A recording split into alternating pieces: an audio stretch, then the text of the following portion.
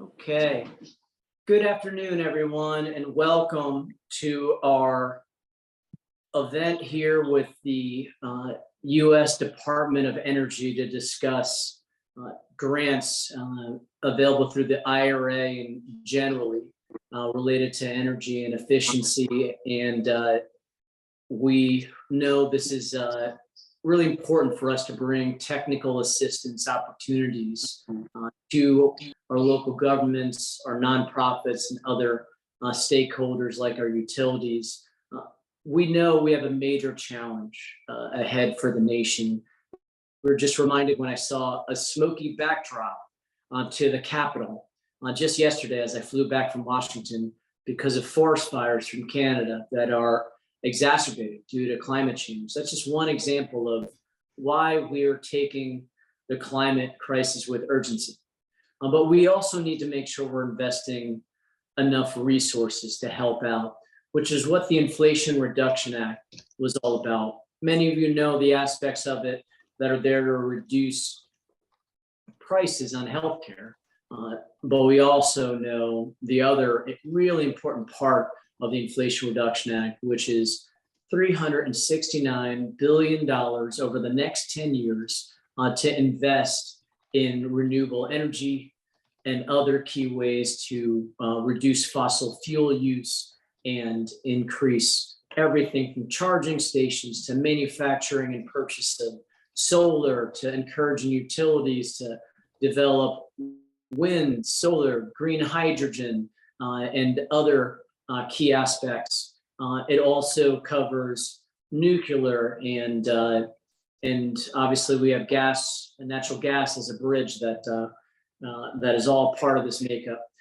And we have a very, very special guest here today to go over the nuts and bolts of the IRA and other opportunities. I almost feel like Chris Castro needs no introduction. You may have known him as the young UCF student who came up with ideas and an organization that still thrives to this day at UCF. He is a Knight. I'm sure a lot of you know that already. Also dubbed by Mayor Dyer and the Orlando Sentinel, our Orlando Green guru, for all the work he did to help deliver for Orlando and for the region major grants and major strategies to have Orlando recognized as one of the most sustainable energy efficient cities in the nation. And of course, the Biden administration took notice. And even as he was doing all this amazing work, Chris got the call. Now it's got to be, gosh, this was like a year and a half ago, 2 years ago now. About a year ago. From our colleagues at the Department of Energy and asked them to get in the game here in Washington to help out. And his responsibilities work with local governments across the nation, community organizations, to give them more information on a lot of these IRA grants. And of course, with his background in local governments and nonprofits, he really brings a lot of experience for a young man that is really on the rise in Washington. So Chris, thanks for being here. Thanks for representing the Department of Energy here today and technical assistance, and the floor is yours. Well, thank you so much, Representative Soto. It is my honor to be here with you all, and I want to thank your staff as well for this invitation and the opportunity to shed light on this really historic moment that we're living in here at DOE and across the country. And the whole goal here to help Central Florida residents, businesses, governments, and institutions to reduce energy bills, to improve our resilience and our efficiency, and ultimately move towards a more decarbonized, cleaner energy system here. I also want to thank everybody who's on the line on this webinar. It's wonderful to see familiar faces and names and institutions that I got to work with. As Rep. Soto mentioned, I was honored to serve for Mayor Dyer as his senior advisor and the director of the Office of Sustainability and Resilience for close to a decade, and leading what we call Greenworks Orlando, which is our well-known brand there in the region. And it's just been an amazing time. Now I'm serving here as the Chief of Staff for President Biden in the newly formed Office of State and Community Energy Programs. And so we're really going to dive in today to shed light about this new office, a number of the funding and technical assistance resources that you all can absorb and continue to accelerate Central Florida's progress towards a more sustainable future. So I'm going to dive right in because we got a lot of information to be sharing with you all. And first and foremost, just a little overview of what we'll dive in together. We're going to talk about DOE's background so that you're fully caught up, and of course the magic moment that we're in. I joke that when I'm speaking up here in DC that I call this the magic moment, and that I'm bringing some magic from Central Florida and from Orlando up here to DC, and many people really enjoy that. We're also going to talk about this new office, of course, the imperative around energy and climate justice and centering our historically disadvantaged communities in this transition. In addition to SCEP, I'm also creating another office at DOE around community engagement and helping to lead that. And then, of course, opportunities for you all to look at taking down these resources. So, really to get us started, I think you all probably have realized that at this point, the Biden-Harris administration has truly prioritized and elevated climate and clean energy as one of the cornerstones of how we're going to build back a strong and robust industrial economy here in the United States. And we truly see that clean energy is a critical piece of that transition. At DOE, we're very much aligned with those goals and are doing our part to these three North Stars. One is that we're aiming to reduce our emissions 50 to 52% by the year 2030, moving towards 100% clean electric grid by 2035, fueled by carbon-free energy.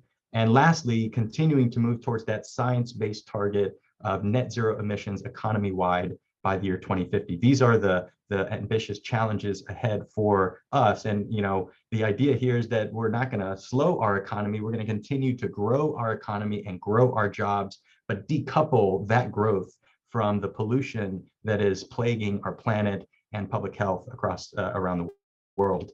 So DOE's mission for a long time has been focused on catalyzing the nation's transition towards clean, secure, affordable, and resilient energy systems, and a focus on how to do so in an equitable way. And DOE for a long time has focused more on the research and development side of the house. For 45 years, it focused on commercializing these technologies and mitigating any nuclear proliferation and really trying to make sure, and I was even been surprised that in addition to energy, they did a tremendous around COVID and trying to solve the COVID issue in this country as well. So DOE National Labs do a tremendous around scientific breakthroughs and innovation. And ultimately, what we're trying to do with these resources are focused on lowering energy bills for the American households and businesses and create jobs and boost our economy at the same time. We have this real opportunity to onshore critical supply chains and materials that we're dependent on to achieve these goals that we just talked about and boost our domestic manufacturing. And so we see that as a huge deal. Obviously, we're about advancing the next generation of clean energy technologies and certainly making sure that these energy systems are secure, they're reliable, they're resilient, they're sustainable, they're affordable. These are core pillars from a utility perspective to ensure that we move in this direction. Now, over the last 2 years, Congress, specifically our representative on this line who's convened us today, was an essential part of passing the most historic investments of climate and clean energy that this country and quite frankly the world has ever seen. It's been known that back in the day that Europe and other countries, were way far ahead, but even the European Union is looking at the United States because of these three bills. And often our Secretary Granholm talks about these three bills in a really creative way. She says the first one, the bipartisan infrastructure law, was passed in November of 2021, and she calls that the backbone of this clean energy transition. It's focused on building clean energy infrastructure that's resilient. It's focused on investing in our workers and increasing climate resilience of those efforts. Secondly, the CHIPS and Science Act was passed about 1 year ago. And that's really the brain of the clean energy economy. It's investing in our labs and in our universities to continue to drive innovation in the manufacturing space, and of course, ensure that we are controlling more of the semiconductors and the chips that are within all of these clean energy technologies, right? You have chips in EVs and thermostats and solar panels and inverters. They are an essential piece of of how we're going to make this transition. So critical. Lastly is what we call the lungs of the clean energy economy, and that's really the Inflation Reduction Act. And this is intended to really focus on households. It's enabling tax credits and rebates that will lower household energy bills, and it's really intending to pull clean tech into the market. Right now, because of the IRA, clean energy is on sale, and it is now, and even before then, a cost-effective play, but now it's a no-brainer play for us to make this transition as we're retrofitting our buildings and our homes and adding new generation on the grid. And the one thing that all of these things do is they center on advancing environmental justice and equity in the work as we move forward. So we are here, we're in this magic moment. Congress has, essentially given, out of the $500 billion across the federal government family, $100 billion has come to the Department of Energy in the form of grants and rebates, and over $250 billion in loan authority and loan guarantees. And those cover, as you can see, a wide range of different technologies. Certainly state and local and tribal partnerships in supporting local governments, which we'll talk about, ensuring that we're training the next generation of the workforce to do this, but then also looking at the critical technologies that will ensure this clean energy future is reliable and resilient. So things around the electric grid and battery storage and hydrogen and others. So DOE, when we got this $100 billion, Secretary Granholm quickly realized that DOE has not historically been structured and organized to be effective and efficient and impactful with delivering equitable deployment of clean energy, right? This $100 billion is not about research and development. It has a mission tag of equitable deployment. And that's a new muscle, as we talk about here, that DOE has never had. And as a result, in gold, you can see some of the change-ups in DOE's org chart. We created a whole new pillar at DOE called the Undersecretary for Infrastructure, S3 we call it. And under that, we brought in 8 program offices that center and focus on delivering clean energy deployments, right? And one of those new offices is this new office of SCEP. But I did want to mention we have a new office around grid deployment and enhancing the overall electric grid as we grow, because obviously we're adding more EVs, we're adding distributed resources like solar, and our grid needs to make sure that it's resilient as we start adding those. So we need to grow it and modernize it. We also have a new office around manufacturing and energy supply chains. As I mentioned, there's a big focus on trying to onshore those critical materials. And I just was with the Deputy Secretary today, and he mentioned that there's over $100 billion from the private sector that has been invested just in the battery manufacturing space, one slivet of the overall economy here in just the last 10 months, right, since the passage of the IRA. So this is pretty tremendous of what's going on. So back to SCEP, right? This is this new office, and SCEP's mission is to partner with states, with local and tribal governments, and with community organizations and institutions to really catalyze local economic development and job creation through the lens of equitable clean energy solutions, right? The beauty about SCEP and the way that we differ from many other offices at DOE is that we are technology agnostic. We're not just focused on solar. We're not just focused on EVs or on energy efficiency or on hydrogen or other. We are technology agnostic and looking at a community as a whole system that is made up of our school districts and our nonprofits and of course our local governments, but our utilities, both municipal and investor owned, and so many other aspects, right, that make up our community. So we're really, the resources that we've been granted are very holistic and they're technology agnostic. Speaking of those resources, SCEP manages and oversees $16 billion worth of formula and competitive grants, as well as consumer rebates and technical assistance to support these beneficiaries with implementing clean energy in a real effective way. And at the bottom there, you see some real strategic priorities, and all of the money that we're trying to do. First and foremost, we're centering President Biden's Justice 40 initiative, which I'll get into quickly, ensuring that 40% of those benefits are flowing to those historically disadvantaged communities. We also obviously are about clean energy deployment, so that's cornerstone. But again, it's not just clean energy for its sake. It's really thinking, how does that catalyze these local job creations, these small business creations, and more investment into our communities so that we can continue to thrive. Justice 40 is absolutely essential. And President Biden, in his first few days in office, signed this executive order 14008 focused on an equitable climate action, both domestically and abroad. And part of that was establishing this goal of Justice 40, that 40% of the overall benefits, not necessarily 40% of the dollars, in fact, the benefits could be more than the dollars, but 40% of the benefits minimum will flow to these historically disadvantaged communities that have been marginalized, they've been underserved, they've been overburdened by pollution, and we know that. And luckily, Central Florida, I think, has really risen in this space as a true leader. I mean, you have Mayor Dyer and Mayor Demings, both who have equity officers and who are trying to ensure that as we move policies and programs forward, we're doing so intentionally to support those communities. So I think that that's really critical. In addition to Justice 40, though, there are a number of other priorities in our work.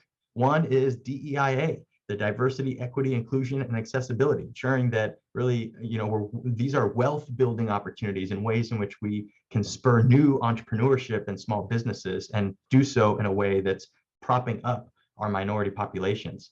Obviously, we want good jobs, not just green jobs. We want good green jobs that pay well, but also that can retain skilled workforce and really have a voice for those workforce when it comes to wages, when it comes to working conditions and safety. And so good jobs and working with labor is critical. And certainly, last but not least, are these workforce and community agreements. All of the competitive grants coming out of the bill and the IRA require a community benefits plan. And within that, we intend to have these applicants truly think through intentionally, how are the benefits flowing to communities? How are they involved in the process? How are they involved in the employment of these projects? How are they involved in the ownership of these projects, right? So this is key part of not just SCEP, but across every office here at DOE. I always like a good org chart. So here's just a high level overview of where we are within SCEP. And I think the focus here are these 5 big pillars that you see at the bottom there. And at a high level, SCEP, $16 billion under management, 28 different grant programs and technical assistance programs that we manage. So it's a huge office. And rooted in our past, and certainly as a core part of our foundation, is both the Weatherization Assistance Program and the state energy programs. These are resources that flow to our community action agencies. In fact, I think the Osceola Council on Aging is both the community action agency for Osceola and Orange County when it comes to weatherization assistance. That organization manages helping low-income households weatherize their homes on an annual basis. And we have $3.2 billion through the bill and about $350 million annually that goes towards this program and supporting our lowest income to ensure that they're healthy and efficient homes. The state energy program, that second pillar, is a formula grant that goes out every single year to all 50 states, 5 territories, and Washington, D.C. And it essentially supports the states with all types of clean energy projects, planning around their transmission and distribution, sub-granting to local governments to do projects. In fact, when I was back there in Orlando, I worked with Orange County, and we got a grant from the State Energy Office through this program that ultimately helped 100+ seniors get HVAC and water heaters retrofitted to the highest efficiency at no cost to them. Right. And it was an opportunity, and OUC and Duke Energy came together and used their energy audits and their incentives to add on top of that. And it was a great example of how government and utilities came together of all sizes to address these real issues, right? The third pillar is our community energy programs. And I actually have a few slides about the specifics there, but the good news about those is those are resources now that allow us to go directly to our local governments and community institutions. They don't flow through a state. Most resources in SCEP historically flowed through a state. And we know that it's important to also have resources that go directly to our local governments. So I'll talk about those shortly. The fourth pillar is our rebates, the home energy rebates. These are incredible resources. They're going to go to our low and moderate income households. I'll talk about those as well in more detail. And lastly is this new Office of Community Engagement. We are so excited to be bringing on a new assistant director of this work just in a couple of weeks, and essentially lifting up a new navigator function for the Department of Energy, so that as you all are looking to work with DOE or apply to a certain grant, you don't have to think about working with 17 different program offices. You can actually go through one door. and go through this Office of Community Engagement, and then we will navigate you within the department to ultimately get you to the resolution you're looking for and play that concierge type service. So it's a new function, but we think it's absolutely essential if we are going to deliver in the way that the President and the Secretary have asked us to do so, and of course Congress have asked us to do so. So I talked about, when I got here, I got contacted about this role in March of 2022. I ended up accepting the role and starting. My first day was July 18th. And when I got here, we were just funded through annual appropriations and the bipartisan infrastructure law. So we had a $6 billion office, and it had a tremendous amount of new grants. You can see here in this kind of mosaic that we had, new grants for workforce development and training. Up there, those top three are $60 million for different training programs for energy auditors and building technicians. We had new grants to enable financing. We have a $250 million revolving loan fund program that will fund every state, and those states can then use those dollars to help local governments finance clean energy solutions. So often low-cost capital is needed to make these things work. And now we have a grant that's going to go to the state to enable low-cost capital.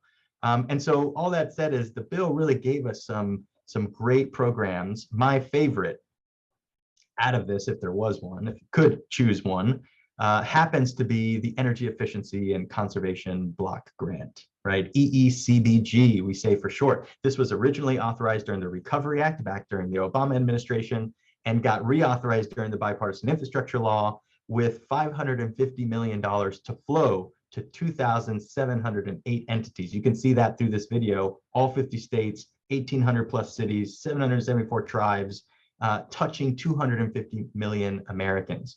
This is tremendous amount of money, and both Osceola County and Orange County and City of Orlando are receiving direct formula grants from this program so that we can continue our progress towards clean energy. The beauty about, by the way, ECBG is it's one of the most flexible clean energy grants. So there are 15 different eligible uses. You can use it to hire consultants to do plans on a specific infrastructure project. You can actually install equipment like solar and batteries and EV charging for your own operations. You could sub-grant it to communities to incentivize them to go clean energy. So wide-ranging uses. And the good news is, again, these are formula grants. So you just based on population immediately get the money. Of course, you have to apply to it and you have to receive it, but that's great. And my understanding is all of our local governments in Central Florida who are eligible have submitted their pre-application. So we're on track already. A new grant that just came out a week and a half ago is the Renew America's Nonprofits Grants. This is a new $50 million pot of money that came through the BIL to support 501c3s that own and operate their own buildings. That is required in statute. And essentially, those nonprofits can use this money to invest in energy efficiency materials. Specifically, energy efficiency is the objective here. The goal is to help save energy for these nonprofits to put more of their limited dollars to their mission, right? And often these nonprofits are fiscally constrained. They don't have a lot of extra resources to put into their buildings. And we know that cost of running a building happens to be one of the highest costs of running an organization. So this is the intent, and we're really excited. We want to make sure that you all are getting the word out. Certainly governments like Orange County, Osceola County, Kissimmee, Orlando, we all play a really important role in being a distribution channel, in marketing to our neighborhood associations, to our crime watch groups, to our various boards and others, so that they are aware that there is some real money here, and let's try to bring some down for Central Florida. The other really exciting new grant is investing in public schools. DOE has never had a funding opportunity for local education agencies and public school districts. Because of the BIL, we now have $500 million, $100 million over a 4-year period that essentially will flow to public school districts to help them do the same, reduce their cost and improve the overall health of the environment for the teachers and the students so that they can put more of the money that they have to their programming, to their work. This does we were blown away. We had over 1,000 applications for this first round. Okay, the first round was a total of 100 million. We had $6 billion in requests for the first round of this grant. An unbelievable amount of demand and interest. And I'm hoping that Congress truly is listening and saying that maybe there's something here to continue this type of work beyond just this one type of with this one law. I will say that in addition to the funding announcement, we also had a prize. We had what's called the class prize, and we took some of the money to focus on investing in certain school districts to help them build capacity around energy management and clean energy projects. And so the idea is we have a curriculum that we've built that is going to train school district employees who manage facilities, who manage their energy work, to know how to build a competency around this for the long term. And I'm happy to show there that you can see 2 Central Florida school districts did land some of these resources in the first round. And this is the first round. There will be more. And we're certainly hopeful that Osceola County is going to be in the next one. And so we're going to continue moving that forward. But great to see that some of our local districts in the region are getting some of these, and maybe do some type of peer sharing for those that didn't in this first round. That might be a cool opportunity. I talked about workforce training, $260 million across SCEP for training the next generation of these workers. More information is really going to be flowing out here in the next 2 weeks. We're going to have that first grant you see there, TREC, $200 million, is going to now open up. It's both a formula and a competitive grant. So all the states will get a portion of the money. And then there is going to be a portion that is going to be for innovative projects to maybe team up with states or team up in different ways to go above and beyond. 200 million, that grant is to train our contractors on the ground, the HVAC technicians, the plumbing companies that are there that might be 2 or 3, small business small businesses, right? We want to make sure that they are part of this transition and they are not left behind, and not just your big contractors coming in to do this type of work. So the 200 million is focused on minority business training to support them in being part of this transition, which we're very excited about. Now, we know that in Central Florida, there's also many towns and smaller communities, less than 10,000 populations, that often don't have the same capacity or the same resources to be competitive in these types of grants. And we're happy to share that our partner office here in DOE, OCED, Office of Clean Energy Demonstrations, has an effort to invest in small towns and communities. It's $1 billion, grants of $1 billion to support all types of energy generation, transmission, and distribution projects focused on energy efficiency. And again, you have to be a community of 10,000 people or less to even be eligible. So I want to make sure that you all are getting the word out about these to your smaller communities in the region to make sure that they can also be part of this transition. I know that I think OUC and KUA and others are on the line. Hello to you both. And I'm also excited to share that our Grid Deployment Office has a number of resources to support the resilience and the reliability of our grids. Of course, the GRIP grant is what it's called, the Grid Resilience Innovation Partnership Program. One of the most popular grants recently because it does allow utilities, but also state and local governments and nonprofits and higher ed institutions and public utilities to apply for these dollars. And my understanding is they got a significant amount of interest in this. And even communities thinking about resilience hubs, right? In Orlando, one of my favorite projects and resources we brought down was a resilience hub grant to turn our neighborhood centers into these hubs after a hurricane that could support our least resourced communities with getting access to resources, right? Well, GRIP is a great opportunity to start expanding more of that across the region, in addition to a litany of other things you can apply for those funds for, right? Transportation, we know that Central Florida is one of the hot spots in the country for the move towards clean transportation, both, of course, with the Brightline coming in and now being, operational, to obviously having Sunrail, to actually being one of the leading EV-ready cities in the country, EV-ready regions. And so I'm happy to share that our Joint Office of Energy and Transportation has come together, and there's over $7 billion worth of resources. $2.5 billion are focused to local governments. $2.5 billion to help install public EV charging and fill the gaps. Of course, the $5 billion out of the 7.5, $5 billion is for the interstate highways. And the goal is every 50 miles, we will have fast chargers so that people can feel that there's reliability in the charging infrastructure to get into these cars. But in addition to the 50 miles on the interstates, we need to make sure that we're filling the gaps within our communities and making sure that our residents feel confident as well. I know that in Orange County and City of Orlando have greatly invested in the public infrastructure, but there's a lot more to do. And so we need to go after these resources. 2.5 billion is a significant amount. And there's already a coalition of institutions of which many of you are on that is moving the e-mobility roadmap in Central Florida. So we have the organizing body. We're well positioned for something like this. Energy Futures Grants. This is actually a new grant that will be coming out here shortly in the next few weeks. It's an annually appropriated grant, so not part of the new laws, but we're excited. $27 million. It's going to be a competitive grant, but the unique aspect here is we are requiring that teams are developed. That teams come together of either multiple cities, regional planning council in multiple cities, a city and a state, county and city, and maybe smaller communities.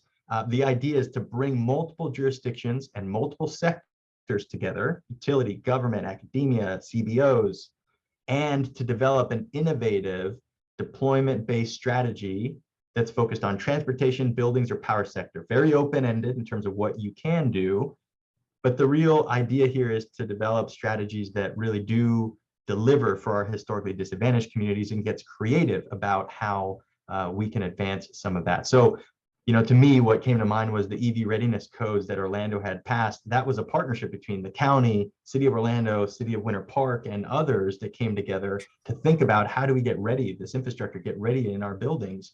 And there might be other opportunities like that that you all think about as you pursue these types of grants. So we released the notice of intent on June 1st, and the official funding announcement will be coming out later this month, and so or in early July. So I want to make sure that you guys have that on your radar.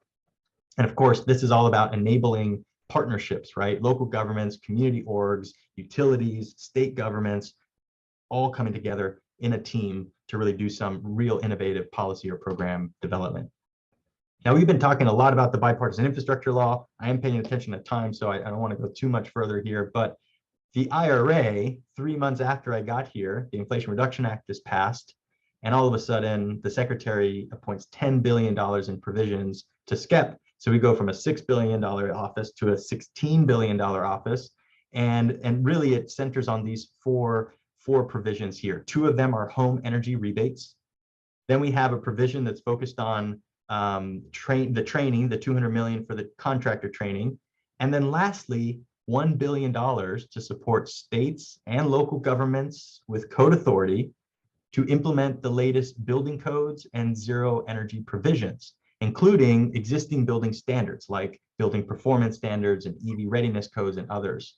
So there's $1 billion on the table. And we know that Central Florida has been pretty active at looking at our codes to figure out how do we use it as a tool to get towards more sustainable outcomes.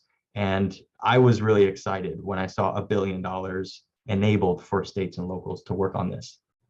Now, a lot of you are probably asking about the home energy rebates. There's a tremendous amount of money that's been enabled through the Inflation Reduction Act, $8.8 billion, that will ultimately help us to drive whole home efficiency and to retrofit our appliances to drive electric homes in across the country. It's important to note that these are 2 different provisions, but huge amounts of dollars in each one of them. I want to highlight that the way that this will flow is that DOE will grant all of our states the amount of money that they've been received through the formula that Congress set out. And so you can see Florida's getting $346 million to roll out a rebate program to support its residents in retrofitting their homes. These grants can be open for single family or multifamily, renters or owners, new construction or existing buildings. So it's across the board. They are applied to pretty much anything.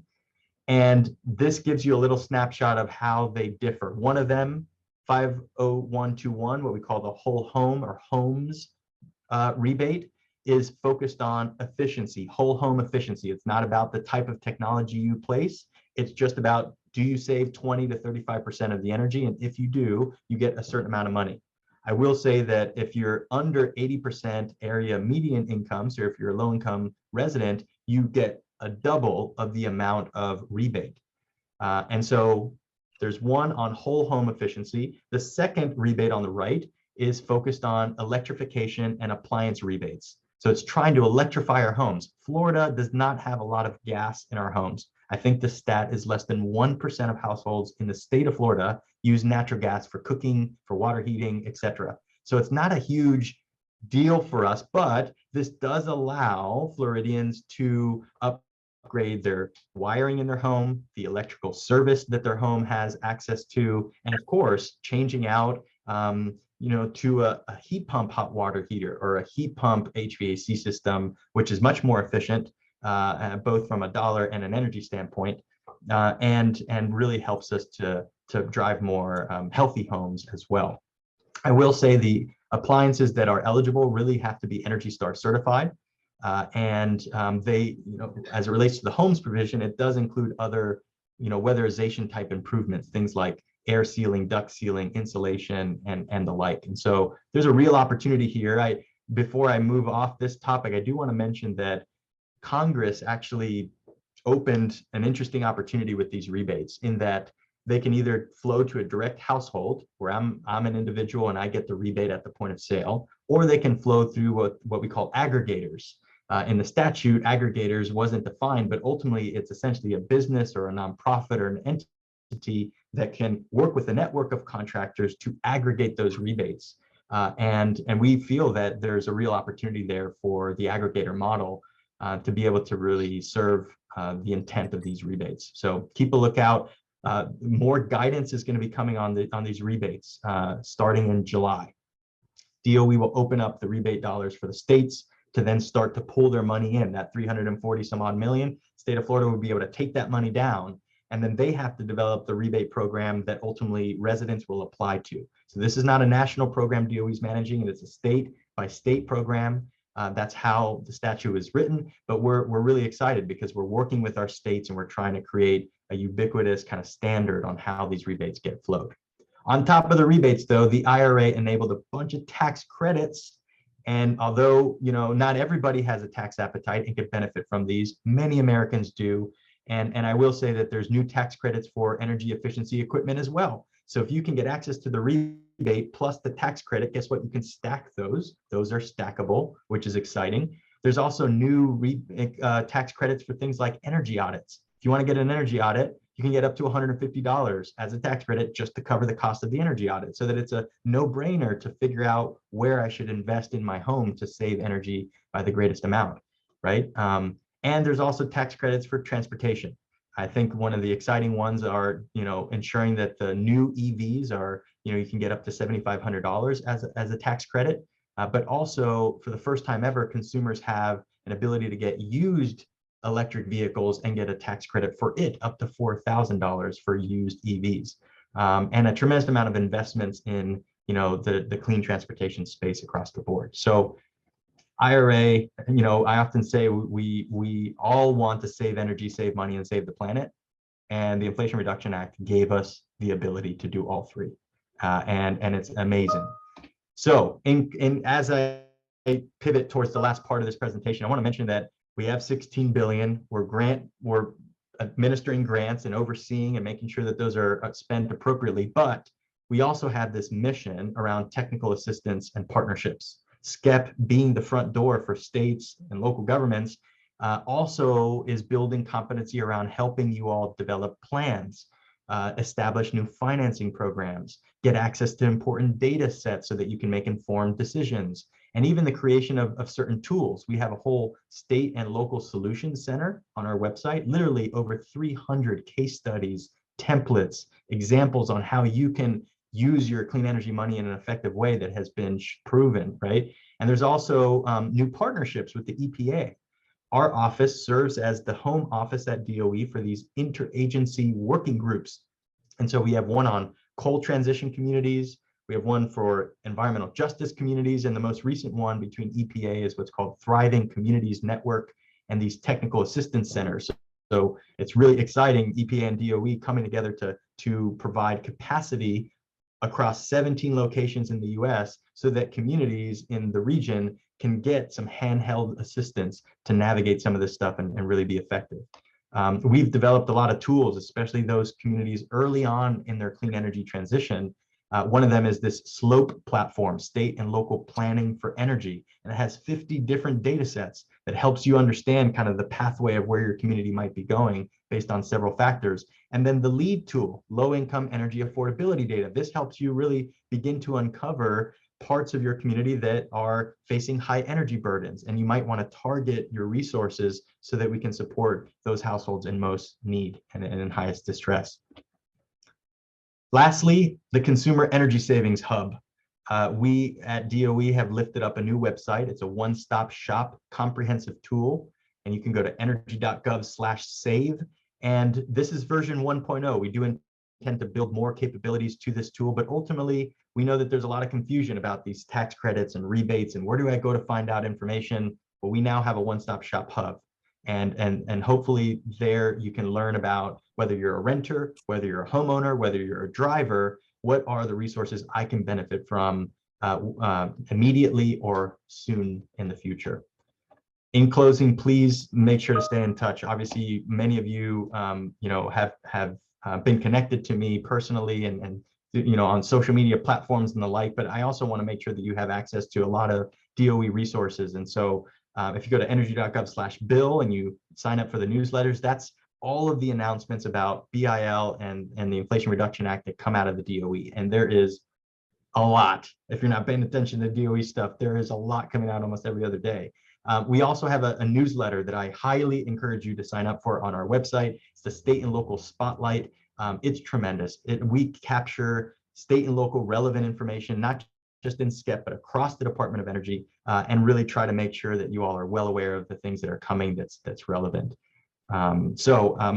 That is really what I have to share with you all today. And I just want to turn it back to you, Representative Soto, for just a big thanks to you and your team for this. And hopefully this helps Central Florida bring down some of these resources and continue our trajectory towards a clean energy future. Thank you.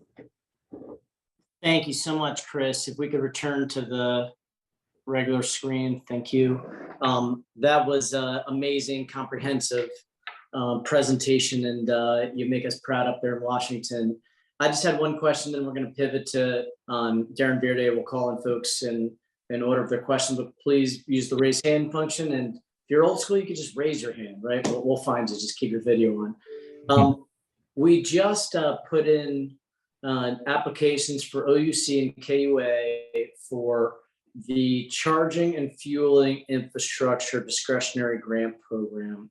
So my question is that go, because initially it's going to the Transportation Department. Should that go to the Joint Office of Transportation and Energy, or does that go directly to just USDOT? So that's administered through, it's a combination of DOT and DOE, and it is this joint office. Okay.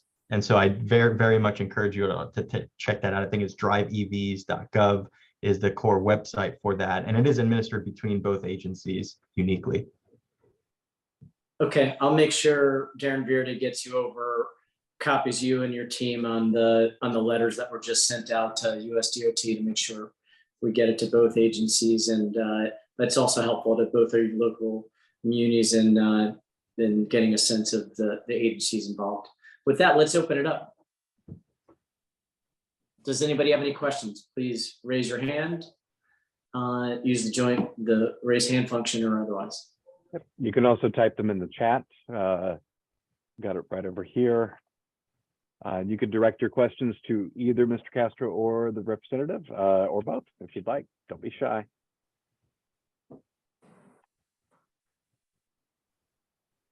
Oh, I know you were. There we go. I have a question. Sorry, I couldn't find the raise hand function. So Carrie Black, Orange County, thank you so much for putting this on.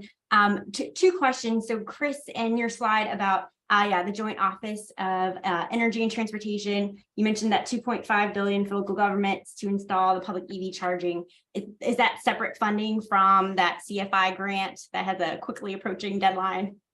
It is, I believe, the same grant, but there is going to be multiple rounds of these resources, right? So I do think that there's an opportunity to get at it if you haven't already pulled something together. But yes, it is exciting because these 2.5 billion intend to fill the gaps and really try to build. I know that Orange County is focused a lot on e-mobility hubs, right? These EV hubs, both at the convention center and downtown and a couple of other areas.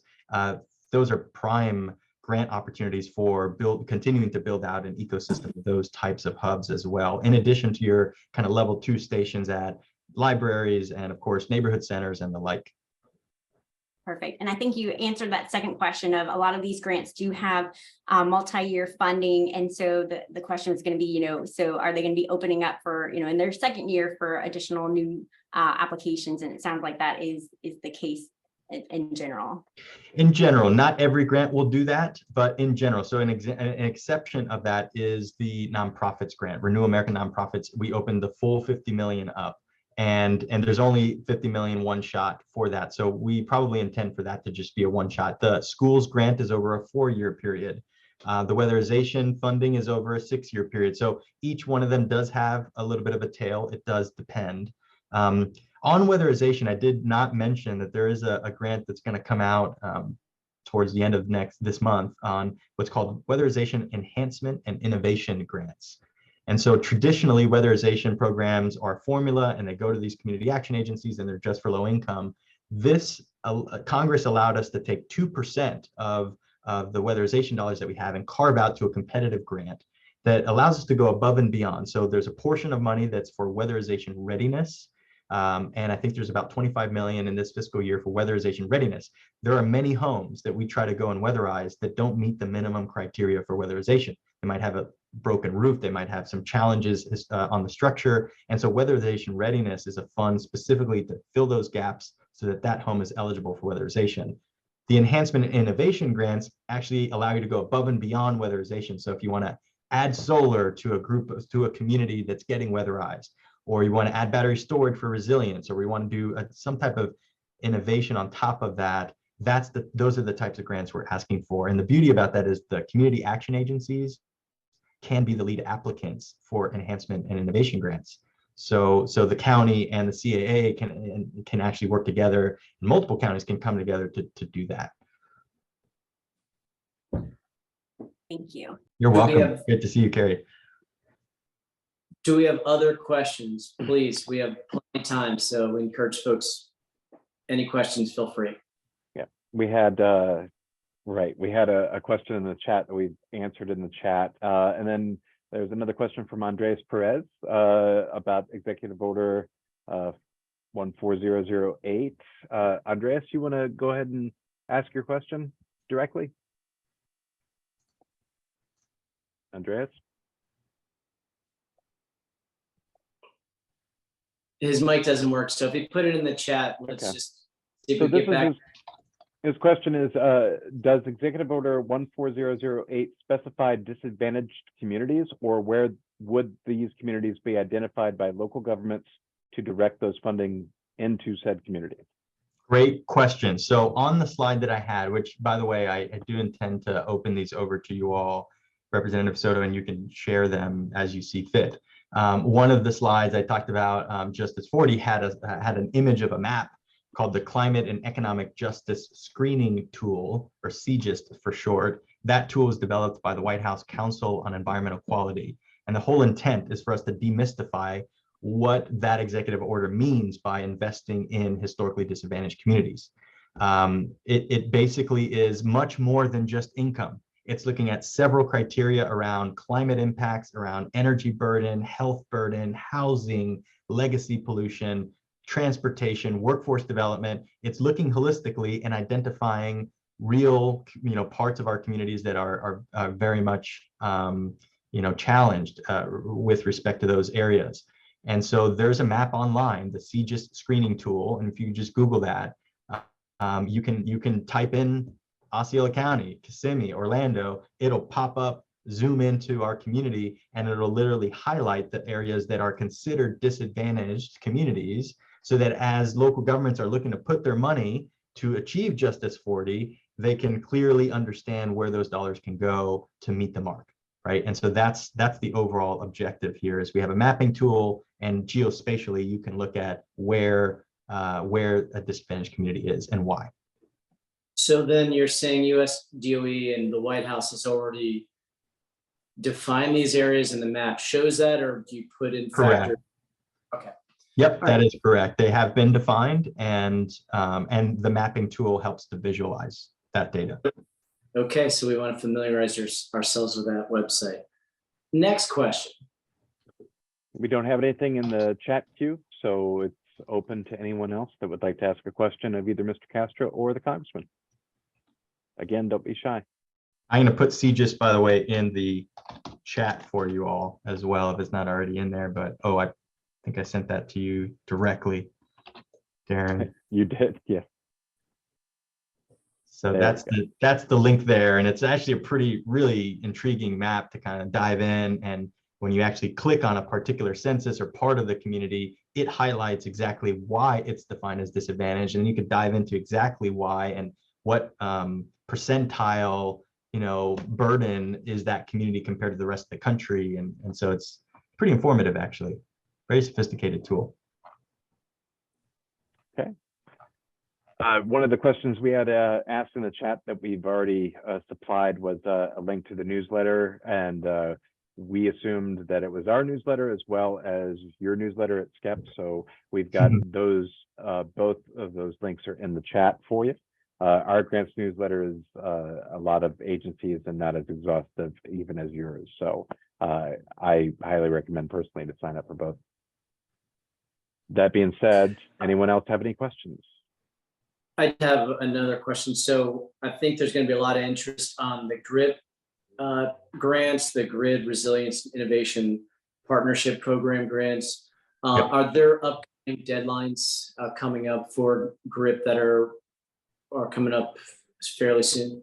The second round of funding is anticipated to be launched FY24, so later this year, Q4 of this calendar year into early next year. You're going to start to see more information. We don't have a specific date at which that will be made available, but there is already in the works the second round of those funds. The first round was $3.8 billion that was announced, and so a pretty tremendous amount. We're now going to flow into the next round. And again, there's a total of 10.5 billion for this program. So there will be a few different additional bites at the apple, but the next round will be coming second, starting FY24. So we're thinking later this year.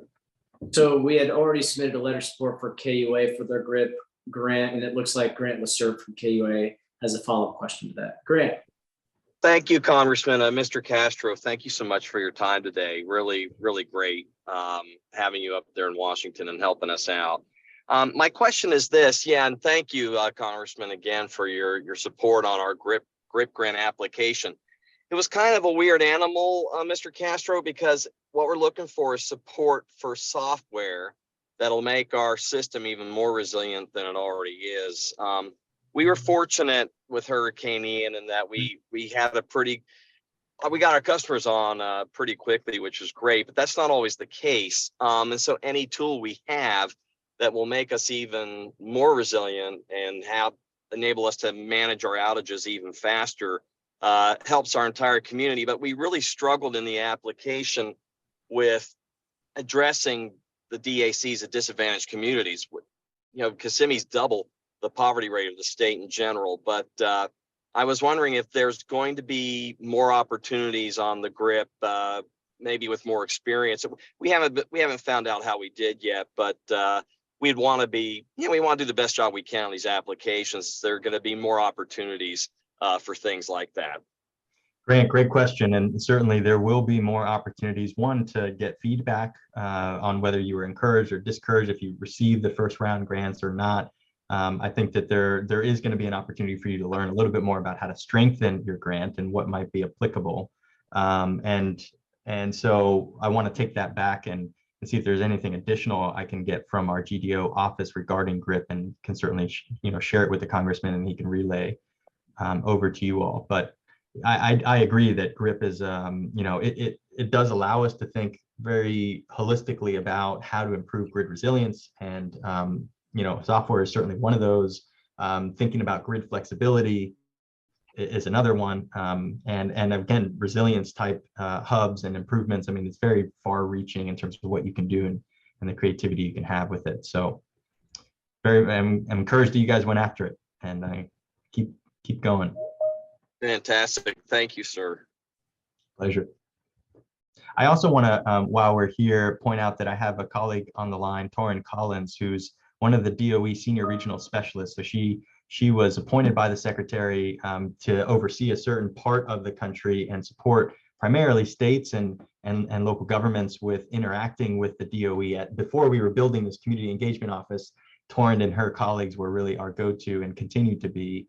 And so as we get more questions, we can certainly work through Torin on any follow-ups as well. Thanks for joining us today. Thanks, Torin. We appreciate you. Certainly. Thank you, Congressman.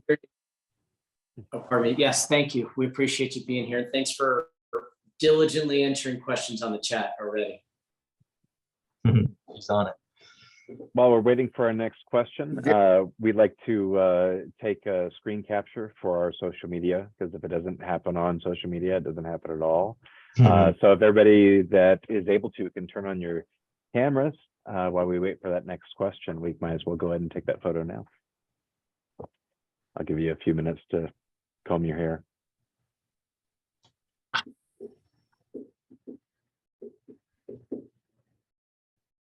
Okay, there's a couple participants. All right, there we go. Yay, there we go. All right. All right. All right, Christine, you want to count us down? Or I could take it.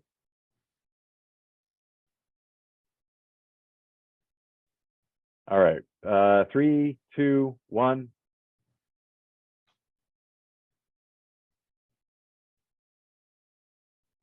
Try it again. 3, 2, 1. Oh, all right. One more. Hold on. Just bear with me. Okay. Got you, Verde. Got it. Thank you. All right. Are there any other questions that you might have for either Mr. Castro or the Congressman, now that I can see faces? Well, listen, I know that there's a tremendous amount that I shared with you. It's hard to digest, half of that, let alone the whole thing. So as you all take a peek at that and follow up, if there are any other questions, Torin and I are happy to follow up. And again, Congressman, I'm happy to do another one of these as we move forward, or a series of these as we move forward. If we want to target certain groups or certain programs, you have a champion up here at DOE that's very much a fan and appreciates all your great work, and happy to support our Central Florida friends. You bet. It'll be mostly local governments, local utilities, and local nonprofits that will be focusing on the folks doing the great work. I see, hey, Dave Tomek, I see that you're unmuted. Did you have a question? We have time if you need to. No questions, just not very technically savvy, so. It's all, we No want to worries. make sure. No, but this Thanks is- for having me in this. This is a ton of good information for us, so we appreciate you holding these sessions, Congressman. You've been a huge help with us over the last year or two. Thank you. Well, we want to continue to do that. I do have one more question before we head out. So I know this has come up in some of our EPA technical assistance seminars and others with DOT. Sometimes the state doesn't draw down all the money that we're eligible for different programs. And the way the infrastructure law and IRA reads, a lot of times the top 3 metro areas, of which Central Florida is number 3, in Florida, are eligible to draw down those grants instead. Chris, do we see any of these major programs that the state is a pass-through where the state hasn't been cooperating, in which case governments like our local governments on the line would serve in their stead? Do you anticipate that happening with any major grants? Well, we have not heard any indication from the state of Florida of their unwillingness to pull down any of these resources. I think we've been encouraged that the state energy office is excited about the rebates, about the tax credits, about the bipartisan infrastructure law funding. And so I've heard no indication that there's no interest to pull these down. We are still working through, and it's very much case by case depending on the grant. As an example, there is a provision in the statute that talks about the revolving loan fund, that if a state decides not to take those dollars, that gets reallocated into the formula, and every state gets a smaller an additional small piece, right? Some grants don't allow for that to happen based on statute, and so we're working through on a case by case basis as to how we might administer these programs if a state is unwilling to pull them down. But good news is we haven't heard anything from Florida, any indication whatsoever. And in fact, we've already started to see applications roll in to pull some of those resources down that are more formula grants. So continue, we're I will thrilled. say, let's continue to build strong partnership with the State Energy Office. The State Energy Office pulls down a tremendous amount of resources from DOE and EPA and others. And of course, there's a real opportunity for us to continue to collaborate and find common ground on ways to reduce cost on households, to drive more efficiency. And as I mentioned, we even were able to find a great project that focused on seniors and low income and supporting them with reducing costs. So there are ways to do it. And I think encouraging you to reach out and build those relations and continue to support them, I think is going to help you all. Well, the great relationship with our Commissioner Wilton Simpson, who I believe the Energy Office is still under Dax. He and I sat next to each other in the State Senate, and carrying some of his water for the Ag Committee with the Farm Bill. So please let me know if there is any hesitation on some of these things. We will work together in a bipartisan fashion to draw these more resources down to keep moving forward. Thank you all for your amazing work. Thank you both Chris and Torrin for your great patience. Thank you to all of our participants from our local governments, from our local utilities, and thanks always to my team.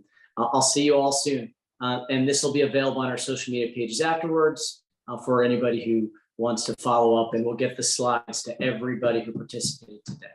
God bless. I'll see you all soon. Keep up the great work. Thank you. Thank you.